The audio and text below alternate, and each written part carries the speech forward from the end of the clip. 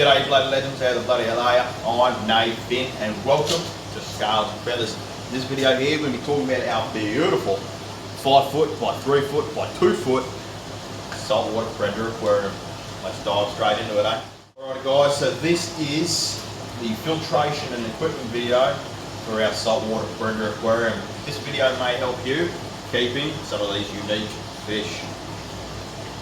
Now as for lighting, being a predator aquarium with no coral, they do not require much, okay? So we've gone ahead and put on typical Nathan RGB tanning light, making the fish look absolutely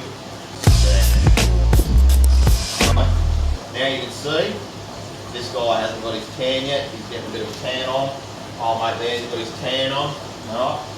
So, making the fish look absolutely beautiful, along with the rock. Okay, we've got the red rock in there, which gives it a nice colour as well. Okay. As for more equipment in the fish tank, we try and keep it very minimal, okay, because of this guy here, who is an absolutely destructive pain in my ass. Okay, that fish there, that one fish there, nearly jeopardised this whole fish collection. Okay, he cost me so much money in suction cups, it's unbelievable. Guy is always chewing suction cups. Right? Absolute pain in my ass. But we love him because he's got a stupid face. Absolutely love this guy. He's so personal. He's always at the front of the tank. He's just an awesome fish. On a side note, we do not have a name for this fella. So if you've got a name for this ugly mug, okay, and it can't be Nathan because I know my face looks a bit like his, leave a comment down below on what we should name this awesome fella. We also have a Petworks battery air pump. Okay. Now I know air is not the best thing to be putting into salt water because it creates micro bubbles. Maybe that's mainly affecting your coral. Okay, so in a saltwater predator tank, it's not too bad. So if power goes out, we also have battery air in the aquarium to help prolong life until I can get home and sort out the issues. Okay. Now we used to have a wave maker in the back right corner, kind of blowing down the bottom this way. Okay. Someone broke it. Yeah, guys cost me money. All right. Anywho, over to the left side. Now this would actually be a really cool peninsula tank because of how it's being plumbed. Okay, all the plumbing is on the side wall, so you can actually have it out facing this way and make it viewable from 3 sides. So that might be something that happens later. My guy's just pooping. You got to poop in the filtration system a bit more. Just pooping in old brother's face. Huh? Love it. We got our 3 bulkheads. Okay, we got 3 bulkheads. We got this one here on an elbow with a drain. Okay, just because this aquarium used to have a weir on it, so we had to actually lift the cages up. So we put them on a right angle to keep our water level a bit higher. Because if we didn't, our water level would be sitting about here without your weir. Okay, so you got one drain on this side. Okay, right angle with a cage. Next bulkhead has got our inlet back into the tank, okay, with an elbow and also a like a ball valve spray bar piece, so we can kind of direct the water in whichever way we want, and we can rotate it. Next bulkhead, we're coming out with a T-piece, okay, so it splits off. It's got a riser coming down, collecting all the waste to the bottom, which it looks like it's done a good job cleaning up his poop. Okay. And then it also, with the other part of the T, comes up with the right angle, and we've got another cage on there. So it kind of sits a bit wonky, but actually sits nicely so that the riser comes down, cleans up stuff. Man's just a shit machine. Stop, bro. And the other piece is sitting on the surface, collecting all the water. We've got our outlet on the surface of the water, coming back over, doing this circular motion. Okay. Now I would like to put another wave maker in there if none enough doesn't destroy it, just to to get a bit more flow and help keep the tank clean. Large predatory fish, we've got some we've got sharks and eels in there, and some like cods and gropers that can get a bit messy.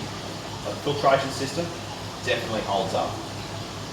Alrighty guys, that's it for inside the tank. We're going to go down and look into our DIY sump. Alright guys, we are down at the sump system. Alright, so we've got our 3 conduits coming down. 2 of them are going into our drip tray basket, and then obviously one is going to our pump. Okay, so we'll start at the back. It's a bit hard to see because the purple light's on. Alright, but we got our drip basket, okay, which is just a basket with some conduit to hold it in place. Got our 4-stage wool. We've done 2 layers on the bottom and then wrapped the sides as well, so it's got to go through that sponge to get back into the tank. Pardon me. We've got our Purigen bag in there.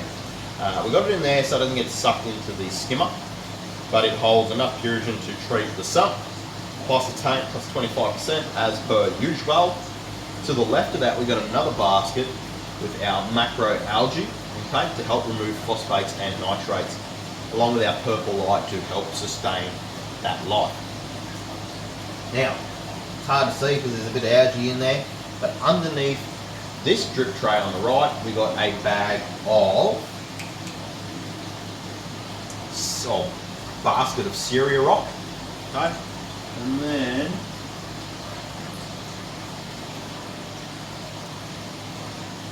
the basket to the left has got bio balls in it, and then we got a lot of coral pieces in there to help with our pH, okay, our KH and GH.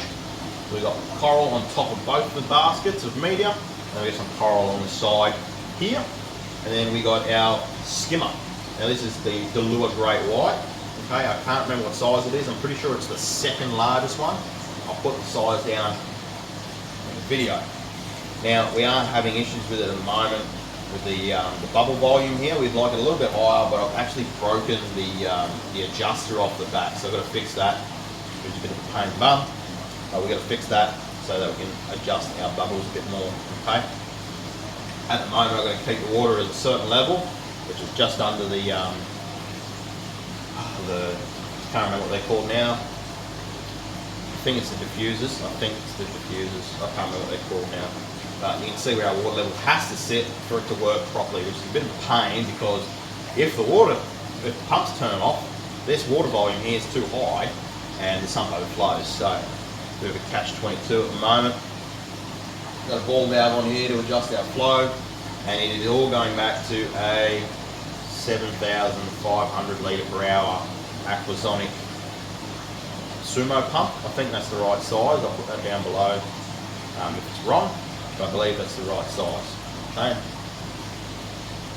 Wool cage there, and that is pretty much it, guys. Very simple sump. It normally does the trick. It is a bit dirty at the moment, but I believe it's because the skimmer isn't working properly. Alright. Got our false stonefish in there, and we got our fingerprint perch there as well. Super duper cool. All being surge protected. And that is it for the sump system. Guys, thank you all for watching. Hope you enjoyed the video. Don't forget to like, share and subscribe, and leave a comment down below on what you think we should name that star and lines pufferfish right there. Maybe Shitting Machine 3000, because that's all he seems to do. On the next video, we'll see you then. Take it easy. Later, legends.